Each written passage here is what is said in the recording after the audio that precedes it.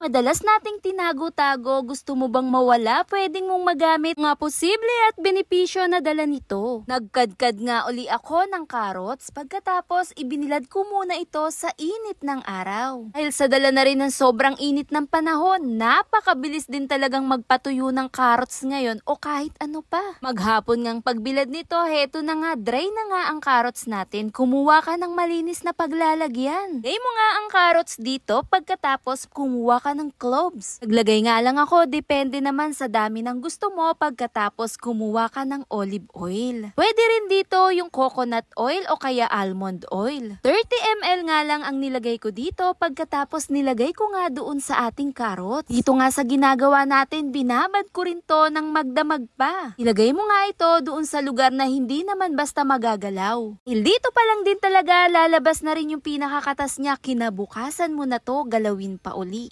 Dito pa lang sa ginagawa natin, pwede mong magamit pang araw-araw na rin. Napakadami din benefits para sa atin. Na rin sa mga sangkap na ginamit natin. Heto na nga kinabukasan. Tignan mo muna siyang mabuti, mapapansin mo yung itsura din talaga niya. Ito nga sa ginawa natin, napaka-epektibo din talaga sa mga kailangan na kailangan mo rin mawala. Lalo na sa ating katawan o kaya sa ating balat. Sa mukha ay pwedeng-pwede, sa ating buhok pwedeng-pwede rin to. Nga masasabi kong all-in, nandito na rin lahat dahil sa sangkap na ginamit natin. Huwag ka nga ng malinis na pagsasalaan, basta manipis lang po at isalin mo ito, ibukod mo muna yung kinuwaan mong katas. Kung sa tingin mo'y okay na nga yung sinalin mo, huwag ka nga ng vitamin E. Ito nga sa aking ilalagay, kompleto na rin siya. Vitamin E, lycopene at astaxanthin. Dahil nga dito sa kompletong sangkap na inilagay ko nga, lalo na dun sa capsule na nilagay ko dito, sobrang effective din talaga na mas mayaman pa sa antioxidant. Git pa dun sa antioxidant ang meron dala to. Dito pa lang din talaga makakatulong protektahan lalo na yung pangloob at yung panglabas mo lalo sa ating mga balat. Masasabi mo din talagang inside and out. Ito pa lang din talaga makakatulong to protektahan yung ating balat lalo na exposed din talaga sa init ng panahon. Yung nabibilad tayo pero dito pa lang din talaga makakatulong siyang protektahan, nako-cover niya yung ating balat lalo na sa init din talaga ng sikat ng araw. Gumawa ka nga ng